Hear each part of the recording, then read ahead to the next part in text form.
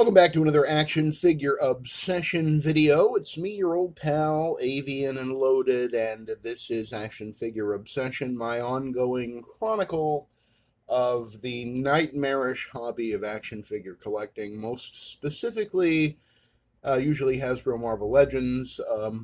Although, for those of you that were new to the channel or haven't seen my toy room tour video from last year, I do collect a lot of G.I. Joe Classified series, although the offerings in the last couple of years have slowed that down a bit because I feel like I have all of the characters that I wanted, and so now I'm just at the point where I'm picking some up if they're interesting looking. Um, but there aren't too many that are interesting looking to me these days.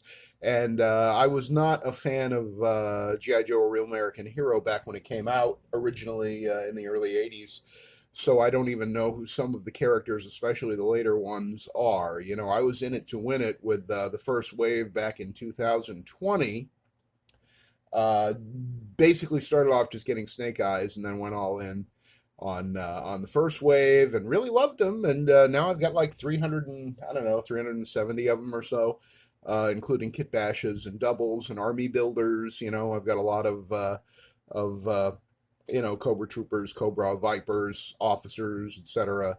Just a fun line and sort of Marvel adjacent because Marvel published the original Real American Hero comics. And also because the whole concept of G.I. Joe: A Real American Hero was originally pitched basically as Agents of S.H.I.E.L.D. versus Hydra.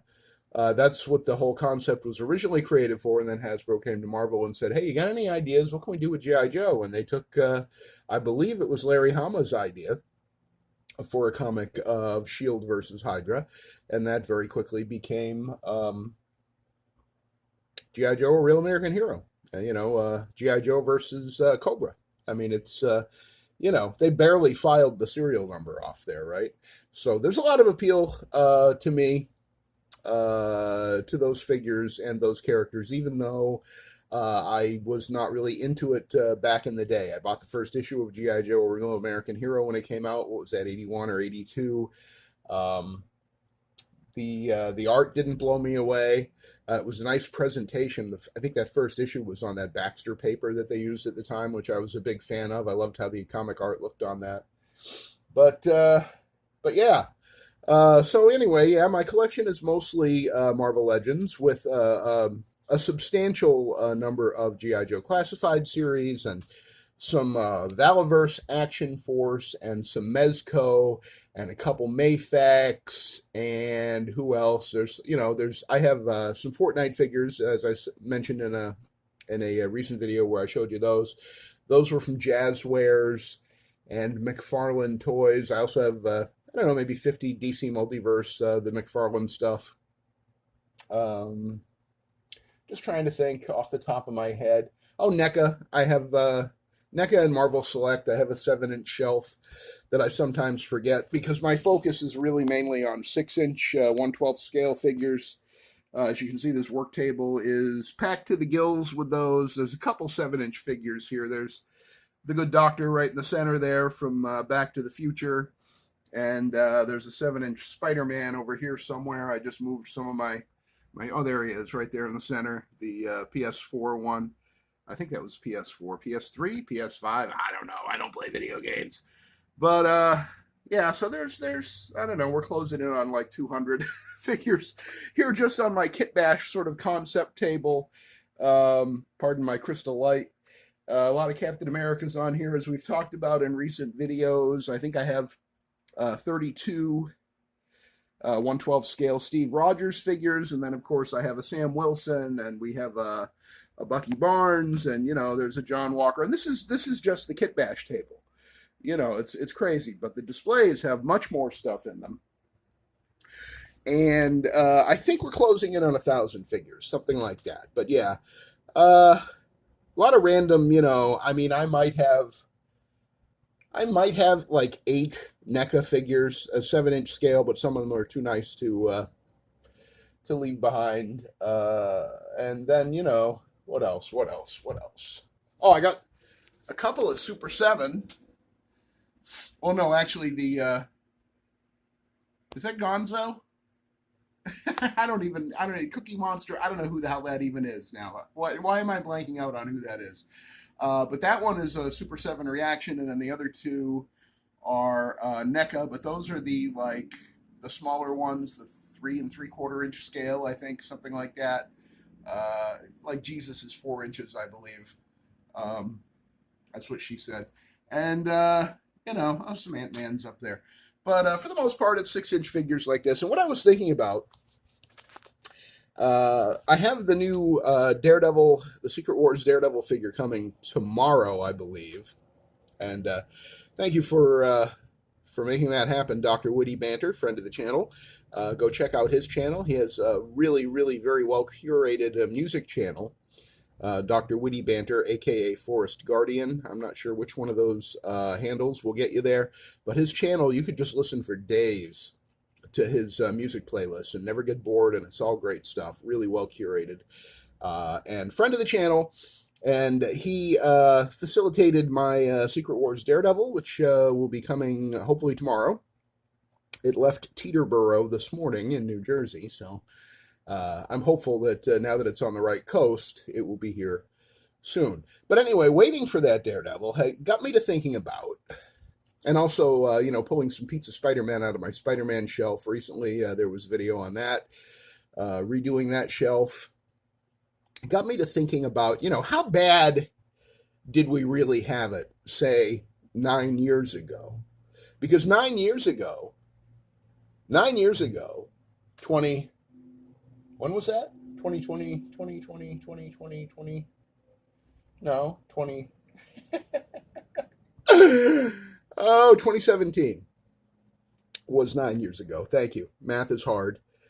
And brain not braining. 2017, these were the two best Marvel Legends figures that you could get if you liked Spider-Man and Daredevil. And I have a great affection not only for Spider-Man and Daredevil, thanks to, key runs by folks like Steve Ditko and Wally Wood and Frank Miller and Gil Kane, John Romita Sr., a lot of affection for both of the characters, but I always loved it the best when they teamed up, because it was established fairly early on in the Silver Age of Marvel Comics that Daredevil and Spider-Man had a friendship, a relationship, came to know each other's secret identities, and we're kind of pals, and it makes sense because they're both kind of loners, but they're both sort of street-level heroes.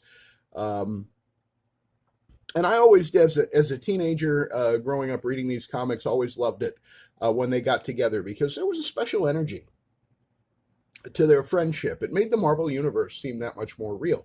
So in 2017, 9 years ago, these were the two best figures you could get if you wanted to put together a display honoring Daredevil and Spider-Man's friendship in the comics, and their habit of teaming up and working together, whether it was in Marvel Team Up, or I remember famously that 2 issues of Peter Parker, the Spectacular Spider-Man, I think it was number 27 and 28, or 28 and 29, somewhere in there,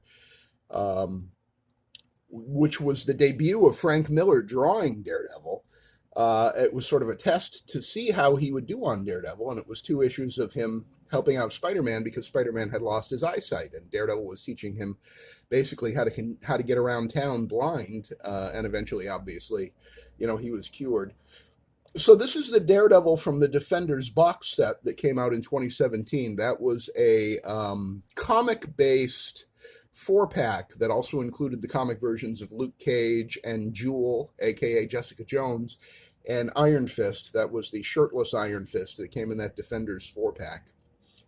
And being really old, I kind of hate the idea of them being the Defenders, and that's what they called the TV show, the Defenders. To me, the Defenders are Doctor Strange, the Hulk, Silver Surfer, and Namor, the Submariner, and then some other later additions like Valkyrie, and even Luke Cage was in the Defenders for a while, Moon Knight.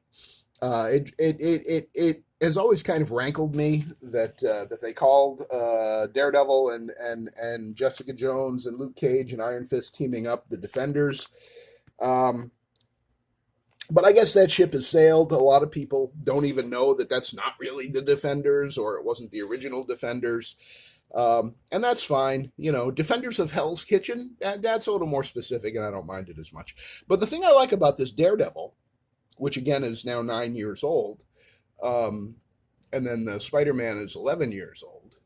I think I did the math on this correctly because Spider-Man came out in 2015. That's the original Pizza Spider-Man from the Hobgoblin Build-A-Figure wave on the left there, and then on the right, the Defenders 4-pack Amazon exclusive Daredevil, which was a repaint of the Hobgoblin Build-A-Figure wave Daredevil, which I think was 2015, 2014, 2015, somewhere in there. It was a repaint just with different emphasis for which parts are dark red and which parts are a lighter red, and different colored billy clubs. I do like the sort of gunmetal gray billy clubs that he has in this set. I do think this Daredevil is the most Frank Miller looking of any Marvel Legends Daredevil. Especially the coloring, but also just generally, I don't know.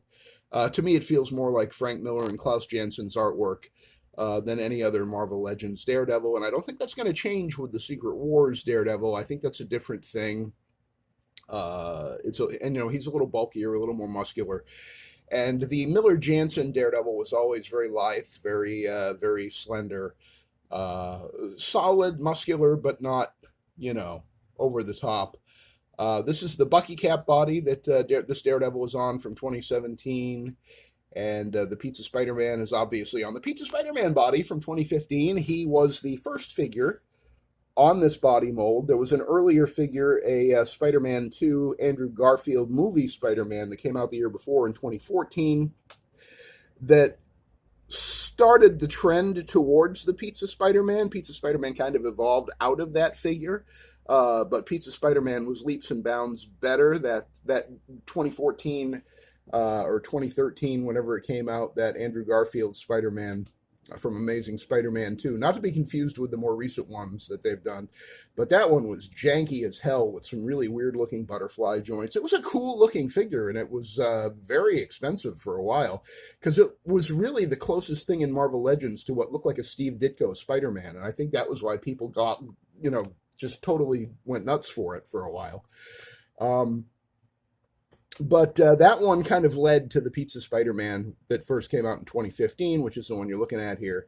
And then, of course, the Defenders box set Daredevil.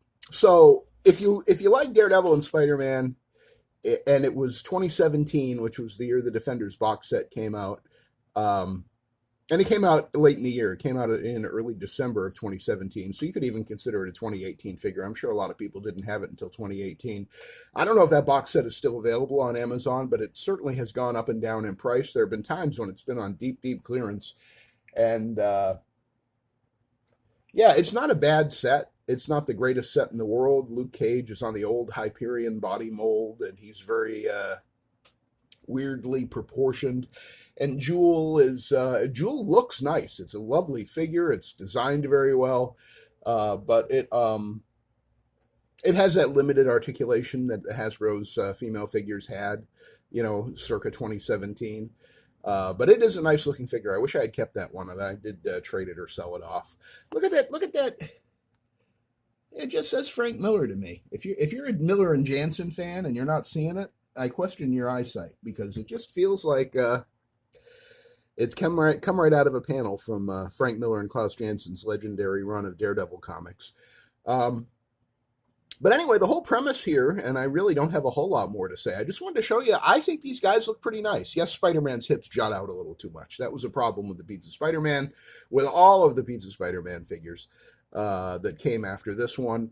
But you could pose it away. You can get him into a good crouch. Or web slinging pose, you know, and he came with all the hands, the web slinging hands, the wall crawling hands, fists, and a slice of pizza, don't forget, which is why the original Pizza Spider-Man figure was known as Pizza Spider-Man, because he came with a slice of pizza, which was a nod to, I think, one of the Tobey Maguire movies where he was delivering pizzas using his spider powers, if I recall correctly. But my point, and I do have one, is that For all the bells and whistles that they sometimes tout on the newer Marvel Legends or newer figures from any action figure company, um, I've been buying on and off. I've been buying Marvel Legends since the line began in 2002, 2002, if you will. Uh, and when they first came along, it was a revelation, but now we look back at those early Toy Biz figures and they kind of come up wanting with some weird articulation. The paint is nice, but, I don't have, I think I have one or two Toy Biz figures now in my collection. I have the Silver Surfer with the magnets on his feet so he can ride the surfboard. Um, and I have the Beta Ray Bill, the Beta Ray Thor version of, the classic original costume Beta Ray Bill. I have that one because Hasbro has yet to update that. I think, and the little Howard the Duck. I have Howard the Duck that came with that Silver Surfer. He's in my Defenders display. But I think that's it for me in Toy Biz. But Hasbro, for all I criticize them, and I do, especially with all the cost cutting and screwing consumers that they've been doing in the last 3 or 4 years, there's a lot to criticize there. But when they do things right, they do things right. And if I could go back in time to December 1st, 2017 and get that Defenders box set all over again and open it up and plop this Daredevil down in a display next to this Pizza Spider-Man, I'm telling you, these are the characters I know from the comics. I don't see any deal-breaking flaws. I think they both still look pretty good. And especially if you get them used, gently used from a vintage toy store, you can get these figures pretty cheap. You can get them easily, both of them, for the cost of one new Marvel Legend, especially one new quote-unquote maximum Marvel Legend. So if you are collecting and you're on a budget, I just want you to know we didn't have that. We didn't have it that bad even 9 years ago. Some of the older figures hold up pretty well. I mean, Daredevil, especially here, you're only going to get him into some basic poses because he doesn't have butterfly joints. Thank God he doesn't have drop-down hips because I hate those. And it is on the old Bucky Cap body. The newer bodies are slightly taller. There he is next to himself. I don't know. Does it look taller? I think he is taller. The Man Without Fear version, but let me, Man Without Fear is a little bit taller.